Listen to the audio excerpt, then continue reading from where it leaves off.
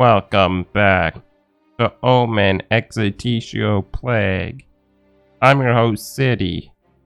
Last time, we defeated the cult by throwing a bomb and killing a bunch of them. And now we're on the run in case there's any other sects of this cult out there, which there likely is. And before we get started, want to see more of this kind of content or to stay up to date on my latest videos? Make sure to like and subscribe and hit the bell button. Alright, with that said, let's begin. The Serenity is docked in New Bedford. Its first port of call. It'll only be a short break. We have to part again only a few hours later.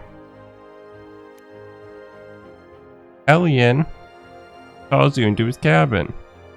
You have no idea why you have been called, but it does not take long to find out.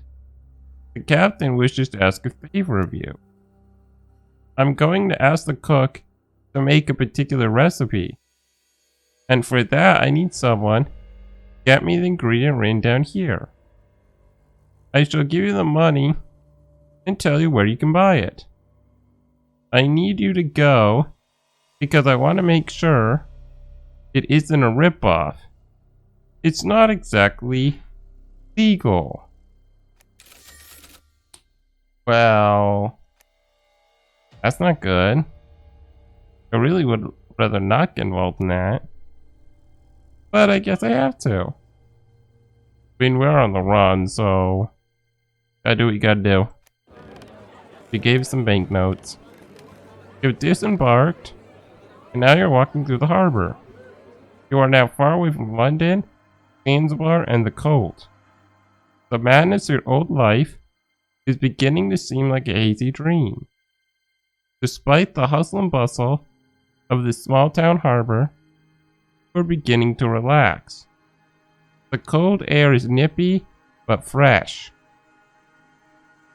You are even thinking of abandoning the merchant ship and settling here a while. For a drink? No. I think we need to get the mission done because this is important. We can't just not do this. We only have a few hours. If we have time later, we can relax.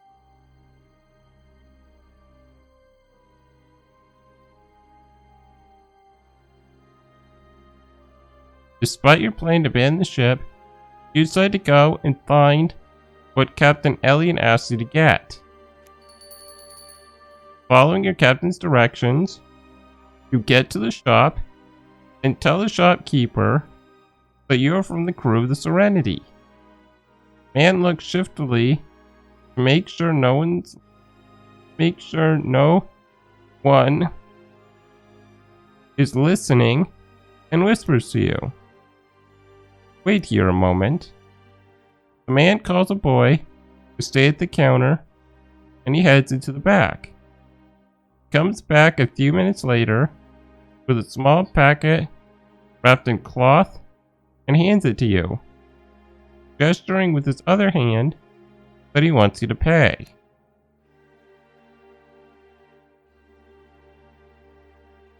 Oh, he convinced him to show you the product first. We got plenty of speechcraft. I have the money, but I want to see what I'm paying for first. Man grunts and opens a piece of cloth to show you its contents. Observation. Give all the experience points.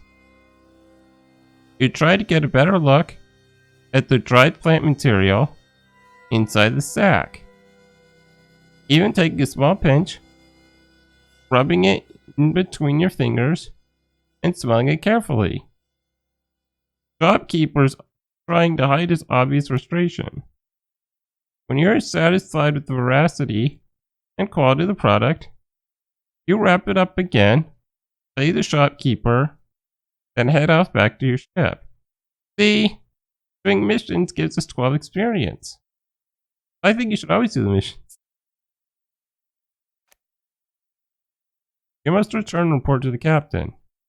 You have, however, been at sea for quite some time and are considering the idea of taking a load of your feet and having a quick drink. So finish the mission. I'm not gonna let someone steal this. Or police encounter us. Gotta get this done quickly. You're walking through the streets of New Bedford, looking at the buildings and imagining living here. You're wondering which would be the nice city to live. Rattle coins bring you back from your thoughts. Sitting on a street corner, a dark-skinned beggar shakes a metal tin at you. It looks like a nice place, but it's not right for you. You suspect that he's speaking to you, but his words make no sense. Ask for an explanation. Are you speaking to me? What do you mean? And of course I'm asking for an explanation because any lead should be explored. The cult could still be around and following us. You are traveling on a ship.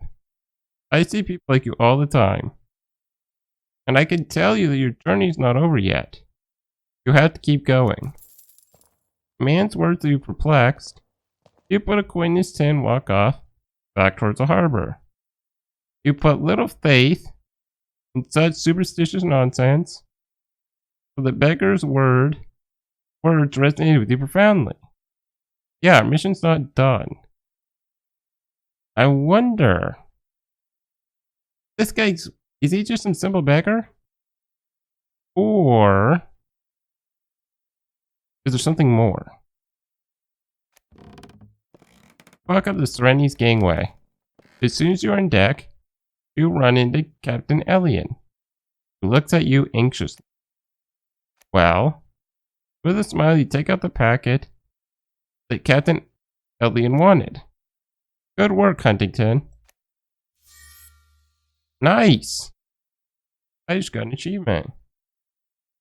Got mission accomplished.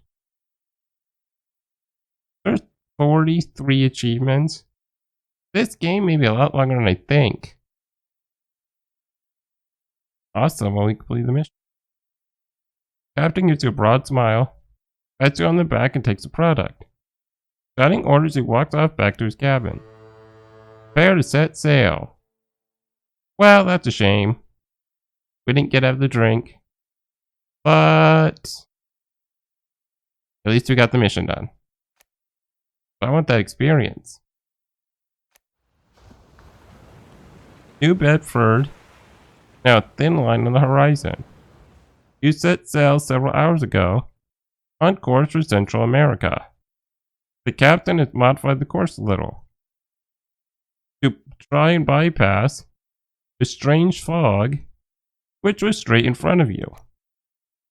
Though a little crude, your traveling companions are not half as bad as you thought at first, and the memories of the previous year seem to belong to someone else. Your decision to continue traveling was no doubt the right one. You come across Medina on deck. He's walking strangely, and his clothes are covered in blood. His wounds look fresh. Stop in and see his wounds. What's our medical? I think it's good enough. Awesome. Experience points. You persuade him to come with you to the sick bay. With the right equipment, it takes little time to clean and treat his wounds properly. The wounds are not very serious. Without the right treatment, you would risk a very nasty infection. Medina feigns a difference, but from the way he looks at the medical instruments, you can tell he's a little afraid of doctors. Interesting. But I can see why in this time period. In the 1800s, But medicine was dominated by quacks. And a lot of the treatments didn't work. So there were a lot of people that didn't really trust doctors because of that. And it really wasn't until the 1900s that things started to improve. Probably just because there's so much more research and there's more standardization. So, the more you know. You're leaving the poop deck and walking towards the bow. You see a steamship in the distance. It appears strangely motionless, as if adrift. Perhaps they need help. Alert the captain.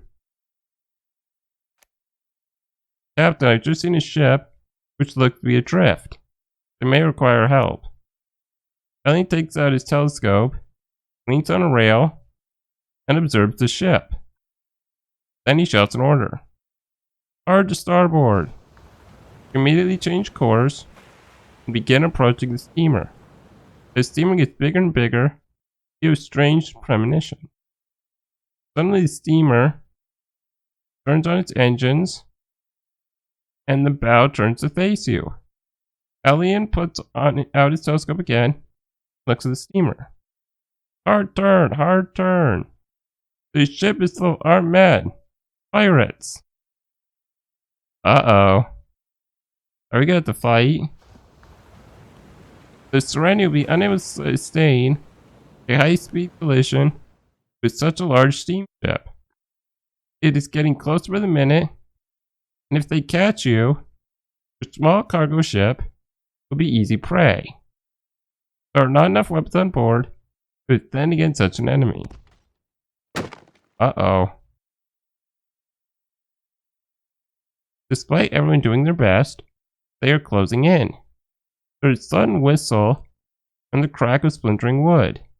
They have started firing. Arm yourself, fog. Oh god. Oh god. I don't want to get caught by pirates. But do you remember the story? Oh no. Oh god. Pirates or krakens? Pirate? Kraken. This is the... Normally I like doing these, they give you experience. But no. I don't think that's the right move. I'm going to say that... Well, we haven't really seen any evidence of monsters yet. I don't want this to be the first time that this happens. So we're not going to do that. You head below deck to get some rifles from the ship's armory. You come back up with your arms full. You're going to hand out as many as possible to the men on deck. The enemy ship is even closer now, and many shots are starting to reach sides of the ship. Some even reach the bridge. You quickly distribute the rifles, the first sailors you run into. Okay. The fighting skill check. Come on, let me get a 4. Only 3. I think we're gonna fail. Oof. You aim and fire. You realize straight away that you're too far away. Your boat disappears, splashing this time reaching the enemy ship. Now the shots of the steamship become more frequent and more accurate, and splinters of wood are flying in all directions. 3 men lay down the deck of the Serenity. In a few minutes they'll be upon you. Watching them approach, see 2 of the pirates heading in your direction. Suddenly change their aim and shoot elsewhere.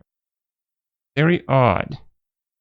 So you borrow an eyeglass from a shipmate, get a better look at the pirates through a gap in the railing. What you see freezes your blood. The men you see all have their forearms tattooed with eye symbols.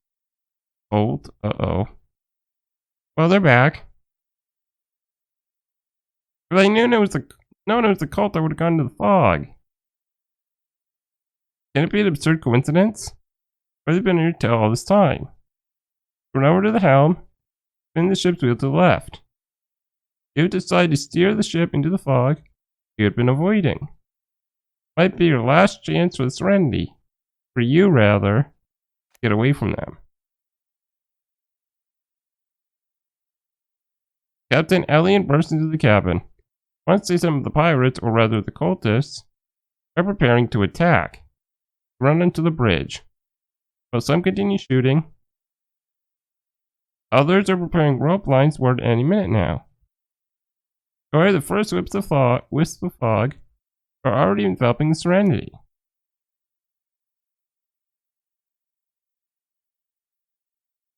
Probably should defend the ship. Fire several shots at the cultists with your rifle, aiming in particular at those who are preparing to board. You duck to reload. Your hands are shaking, and when you try to get the bullet into the barrel, you drop it repeatedly and curse. Finally, you manage to get into the gun, but it steers even harder to control. This time in the open sea, there's nowhere to run. You stand up and again ready to shoot, but the ship has disappeared. The noise continues, but is muffled. Everything has been enveloped in a thick fog. Even the far end of the bridge of the Serenity is getting difficult to see. Serenity is now drifting undisturbed in the eerily silent fog. There is no trace of the steamship. The sound of its engine and the shouts of its crew have fallen silent. Your crewmates too were now silent and tense, not from fear of the steamship. Their surrounding atmosphere is surreal and disquieting. There is silent, lulled anticipation. Everyone seems convinced that whatever is about to happen, it won't be pleasant. Estamos entrando and okay, I don't know what that. I can't read that. You do not understand Medina's words, but the terror on his face is perfectly intelligible. This is not good. It is almost as if time itself is frozen. The fog has become even thicker, and now it is impossible to see more than 6 feet ahead in any direction. Sound too has been muffled. You know the captain is shouting orders from close by, but they seem distant, as if coming from another world.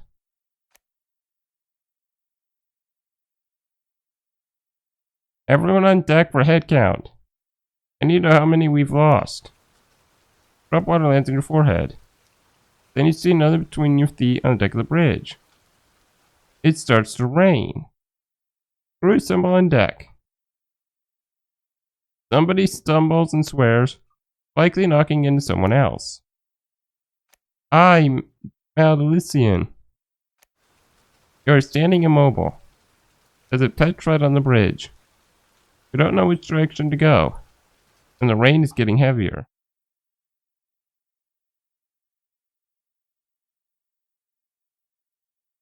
Try to reach the others. You decide to try and reach the others. You completely lost your orientation. You only know that you're somewhere on the bridge. You can hear the voices of others, but through the fog and rain it is unclear where they are coming from. The sea begins to stir. Uh-oh. Suddenly the ship is shaken, as if by a large wave or collision with a reef, or the pirate ship. You're certain that it's not the pirate ship, and cannot be a reef. Go far from the coast. Could it be the Kraken? It is a wave, and as another hits your ship, you see Medina tossed by its force into the rail in front of you. This.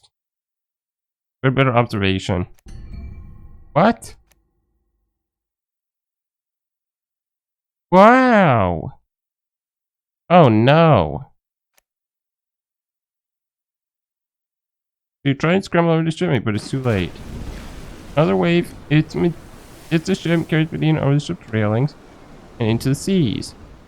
In these conditions, any type of saving would be impossible. It is too dangerous to lean over the side. By the time you found it through a rope, it'd be too late anyway. Uh-oh. Oh, he's dead. So 4 is no longer enough for victory. There are unnatural sounds in the fog, in addition to the screams of the sailors.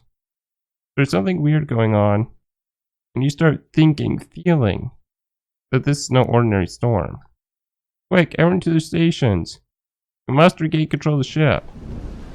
Now the captain emerged from the fog, yelling and waving his arms. He was trying to encourage the crew to action, to help him deal with the situation. Another larger wave hits the deck, knocking Elliot down and dragging him away. As soon as the wave recedes, you go over to see what has happened to him. Find him some distance away, covered with blood and his eyes popping. At first you do not understand, then you see that the wave impaled him on a loading hook. You see its point protruding from the sternum, and realize he has mere seconds to live. The water remaining on the bridge turns red with his blood. 10 year floats are not in the spot. There's Kevin's body, as his blood mixing with the rain and seawater. You think of Medina, missed for washed overboard, to the icy brine, and the other crewmates were now dead. Shot by the cultists. Cannot help but wonder, all this blood is on your hands. No, it's not, it's on the cultist hands. Is all this your fault? Definitely not. The screaming around you is lessened, but the ship rocks you more violently. You're start moving, walk. You start walking in the fog, looking for other crew members. But there is only silence, and the ship appears empty, as if abandoned. Another jolt, and there's a shriek of terror as you are thrown overboard. You manage to resurface by the ferocity of the waves. If you don't act quickly, you will die. Observation. We would fail.